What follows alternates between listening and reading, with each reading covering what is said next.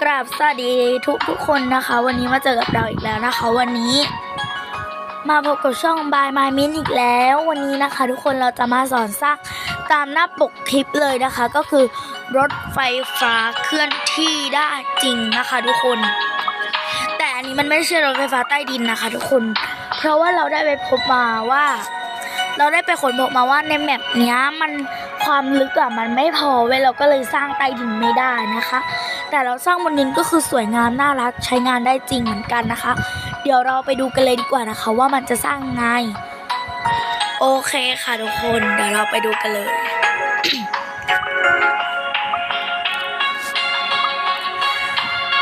สำหรับใครนะคะที่แบบถามว่าเราก๊อปมาหรือเปล่าเราไม่ได้แบบว่าก๊อปนะแต่ว่าเราแค่แบบเห็นเขาสร้างเราก็เลยเอามาสร้างสอนตามนะคะทุกคนก็ไม่ได้มีเจตนาจะทำแบบก๊อปหรือทำตามใดๆเลยโอเคค่ะทุกคนเดี๋ยวเราจะมาเริ่มทำกันเลยดีกว่านะคะถ้ามีเสียงพัดลมหรือเสียงอะไรแทรกเข้ามาต้องขออภัยด้วยนะคะแล้วก็เสียงเราอาจจะแหบๆหน่อยนะคะแล้วก็ใครถามว่าเราเป็นผู้หญิงเป็นผู้ชายเราเป็นผู้หญิงนะคะทุกคนแค่เสียงเราเป็นผู้หญิงเสียงใหญ่นะคะโอเคค่ะทุกคนเดี๋ยวเราจะมาเริ่มเอาของก่อนดีกว่าเนาะ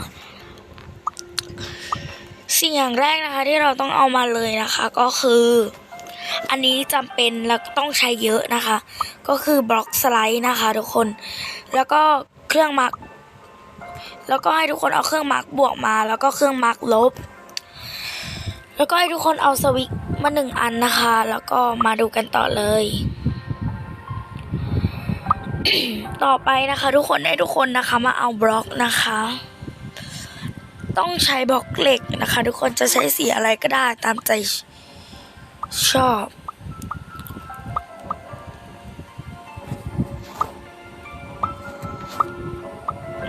เราจะใช้เป็นสีชมพูนะคะทุกคนนี่สีชมพูน่ารักดีเนาะแล้วแต่ว่าใครอยากใช้สีอะไรก็ได้นะไม่จำเป็นต้องเป็นสีชมพูเนาะเดี๋ยวเรามาดูวิธีการสร้างกันเลยดีกว่าค่ะทุกคน ถ้าไอหรือมีเสียงถ้ามีเสียงไอหรือเสียงอะไรแบบนี้แบบเมื่อกี้ต้องขออภัยนะคะทุกคนเพราะว่าเราไม่สบายนี่เราต้องใช้เครื่องมือแก้ไขอุณหภูมิประเทศอะไรเนี่ยแหละมันคืออะไรไม่รู้โอเคเดี๋ยวเราจะมาเอาที่ครอบตู้กันดีกว่าหาก่อนไปอยู่ไหนหมดจ๊ะที่ปะทะบล็อกอันนี้ก็ได้ก้อนทรายสีขาวแค่เลือกของก็ปาไป3 นาทีกว่าแล้วเดี๋ยวมาค่ะเดี๋ยวเราจะมาเริ่มสร้างกันเลยขั้นแรกนะคะให้เราเอาเครื่อง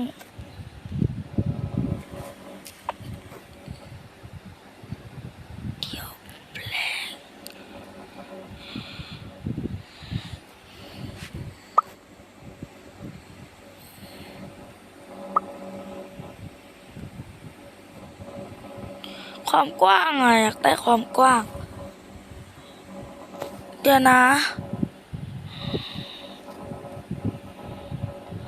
มันปรับตรงไหนเอ่ย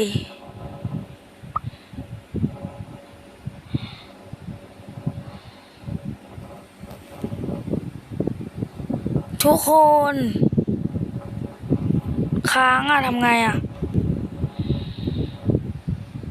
ค้างแป๊บนึงโอเคหายค้างละตกใจหมด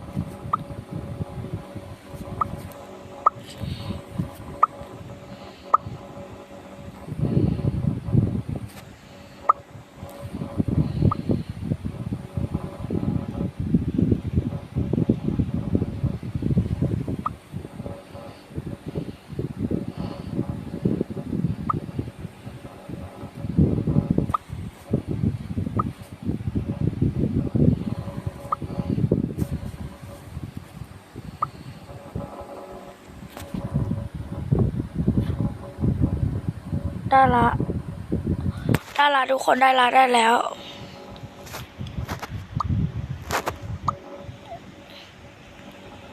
โอเคเดี๋ยวเรามาเริ่มทำกันเลยเดี๋ยวเราทำตรงนี้โอเคให้เราทำแบบนี้นะคะทุกคนนี่จะได้ในลักษณะนี้นี่ฟึบทุกคนจะทำยาวแค่ไหนตามใจชอบเลยฟึบเราจะขอทำเป็นตัวอย่างให้แบบไม่ยาวมากเนาะ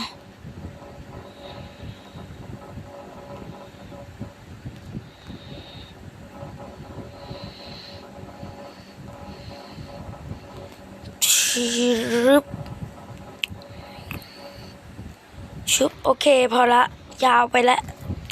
เมื่อยยาวมากแล้วมันเมื่อยโอเคค่ะทุกคนต่อไปนะคะ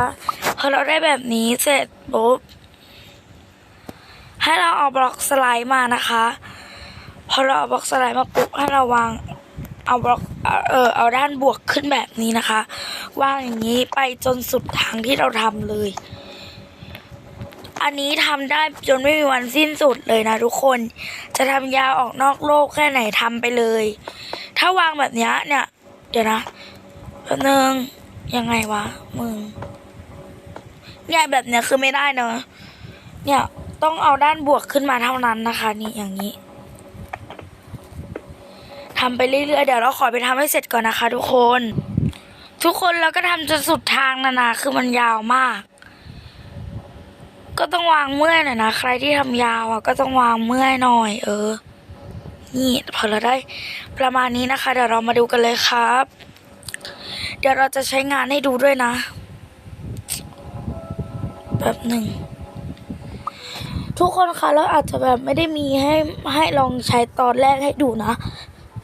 เราลองทำเราก็ต้องทำไปกันไปเรื่อยๆค่อยๆทำกันไปเรื่อยๆนะครับหาเก้าอี้ไม่เจออ๋อเจอละ พอบ่นปุ๊บเจอปั๊บเลยมาดูกันต่อเลยเดี๋ยวเราไปจุดตรงนั้นกัน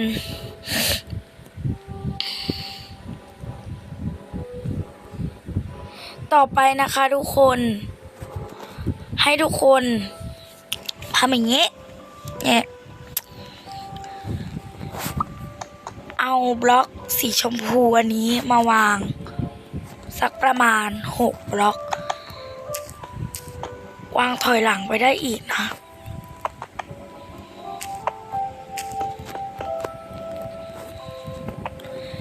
ใครจะทำมากกว่า6บล็อกก็ได้เราทำสัก1 2เดี๋ยวมันจะแบบยาวเกินไงอันนี้ก็จะเป็น2ที่นั่งเว้น1ช่องแล้วก็2ที่นั่งโอเคประมาณนี้ก็จะความกว้างความยาวก็จะประมาณนี้เลยความกว้างก็จะ1บล็อก2บล็อก3บล็อก4บล็อก5บล็อก6บล็อก7บล็อกประมาณ7บล็อกใครจะไม่ทำตามก็ได้นะครับใครจะแบบทำแบบสั้นๆก็ได้เนาะได้เหมือนกันเลยแต่อันนี้เราต้องการความสวยงามไงทำไปเลยเหมือนรถเมล์ทำไปเถอะยาว6บล็อกพอดีกว่าไป6บล็อกก็ได้แล้วประมาณนี้ทำไปเรื่อยๆเดินหน้าถอยหลังได้นะคะอันนี้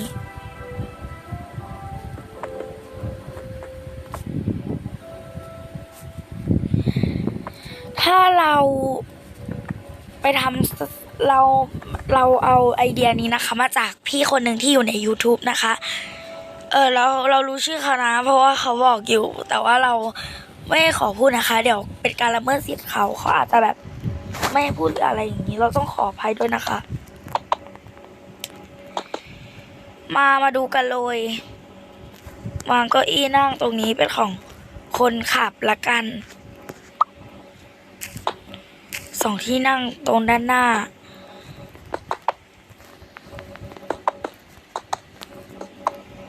นี่ทุกคนสวยงาม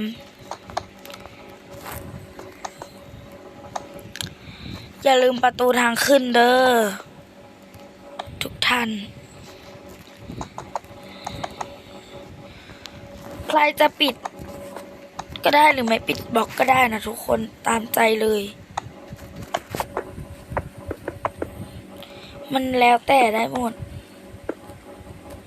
ชืบโอเคไปเลยจ้ามาอันนี้เราก็ไม่ได้ใช้แล้วเดี๋ยวเราจะเอากระจกมานะนี่แล้วก็บล็อกสไลด์นี่เดี๋ยวเรามาดูกันเลยดีกว่านะคะทุกคนด้านหลังสุดหนึ่งประมาณหลายที่นั่งอยู่ชืบด้านหลังนี้เราจะติดเป็นกระจกนะคะทุกคนนี่โคตรสวยอะ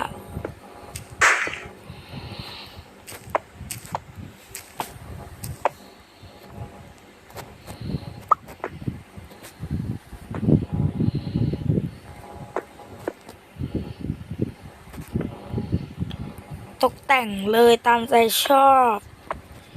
แบบไหนก็ตกแต่งไว้แบบนั้น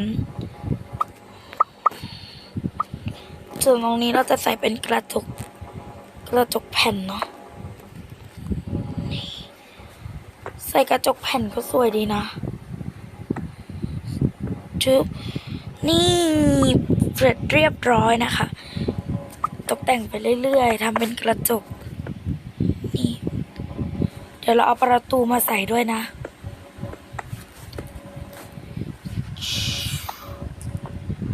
ทำง่ายมากเลยนะตามจริงอะคือแบบ oh my god ทำไมมันดีอย่างนี้สวยมากๆเลยนะคะเราก็จะเอาที่นั่งตรงนี้1 2 3เลย2ที4 5 6 7 8 9 10 11ด้านหลังนั่งได้หลายคนเลยโอเคประมาณนี้นะทุกคนสวยไหมใครชอบบ้างคูลๆไปเลยเท่ๆใส่กระจกตรงนี้ใส่ด้านบนเนี้ยเราใส่เป็นกระจกดีกว่าทุกคนบล็อกกระจกเนี่ยมันจะสวยนะ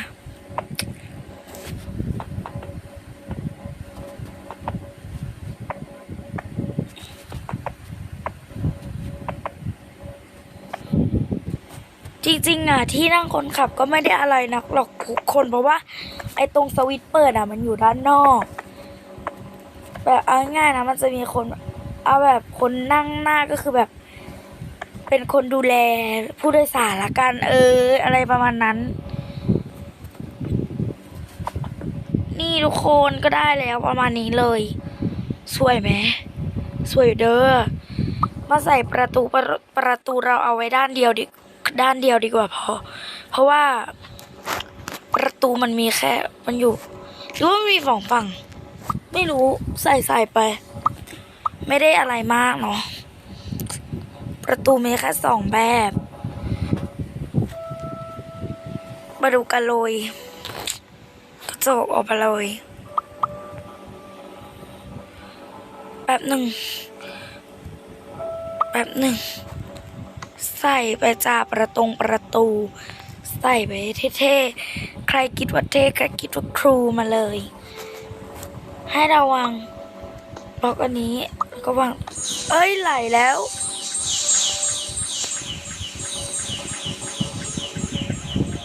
นี่แค่นี้ก็วิ่งได้แล้วนะ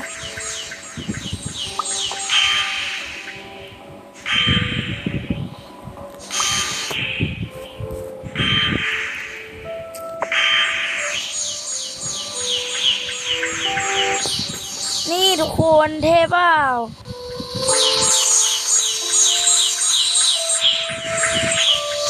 เราต้องรอให้มันหยุดนะคะเราขอรีบเราต้องรอให้มันหยุดนะคะทุกคนมันถึงจะวางไอ้สวิตช์ได้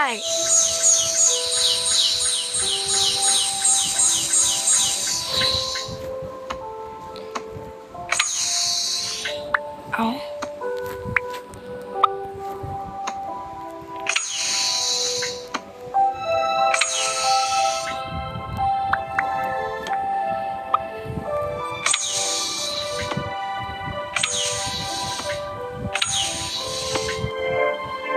นี้ไม่รู้แน่ใจว่าเป็นเพราะอะไรนะคะ แต่ว่า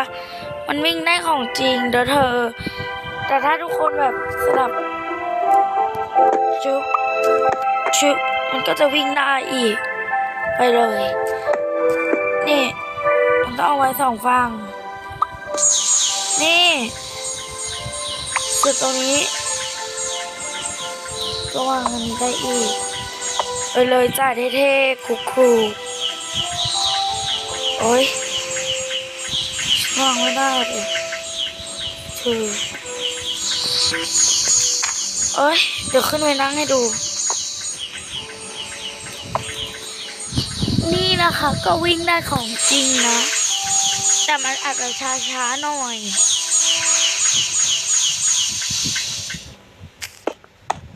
นี่ นี่ไปได้สองฝั่ง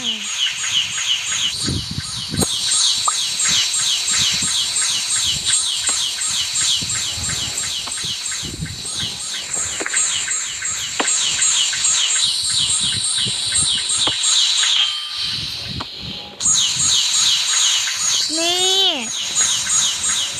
ครูเท่ๆสวย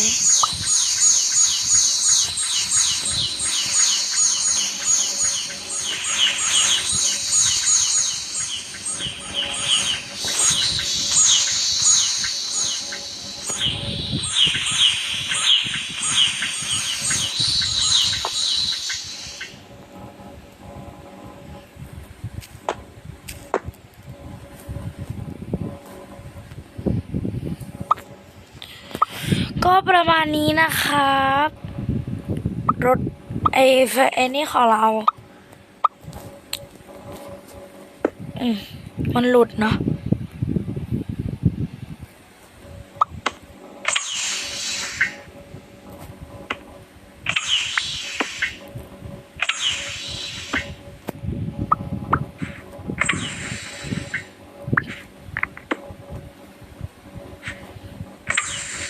ไม่เป็นไรเสร็จเป็นที่เรียบร้อยแล้วนะคะ มันก็ต้องมีคนหนึ่งอ่ะมันไม่สวิตช์ใช้ไม่ได้ลืมไปมันไม่ต้องใช้สวิตช์ต้องขออภัยด้วยนะคะนี่ถ้าเราจะแบบอันนี้ต่อเดี๋ยวเราไปดูกัน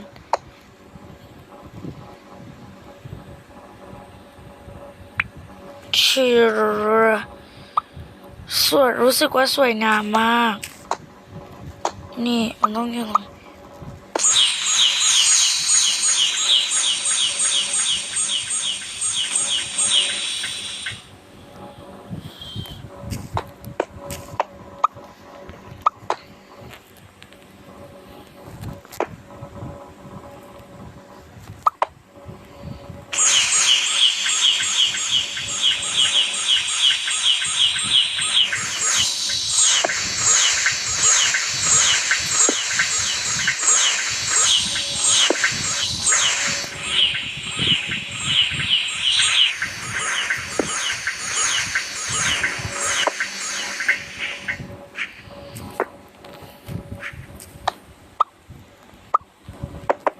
ก็ประมาณนี้นะคะก็เสร็จสมบูรณ์เรียบร้อย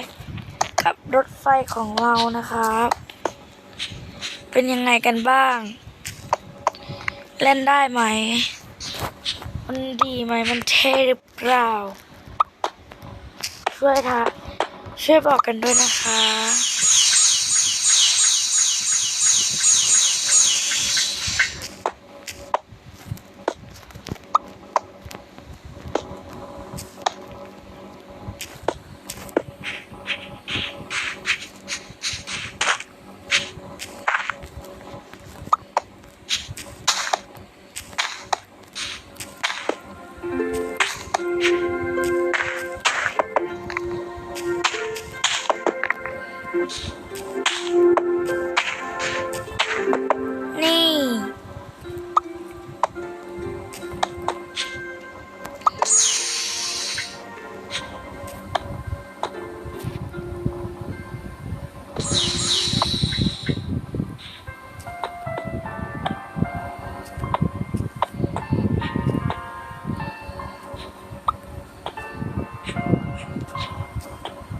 เคค่ะทุกคนสำหรับวันนี้ก็ต้องขอตัวลาไปก่อนนะคะ กับรถไฟฟ้าของเรา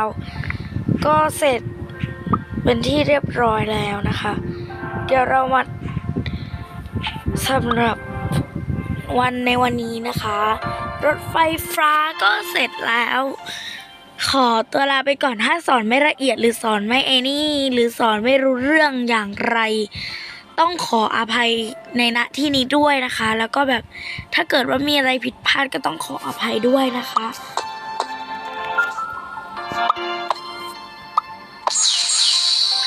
ขออภัยแบบในณที่นี้เลยเดี๋ยวเราเข้าไปนั่งให้ดูโอ้ย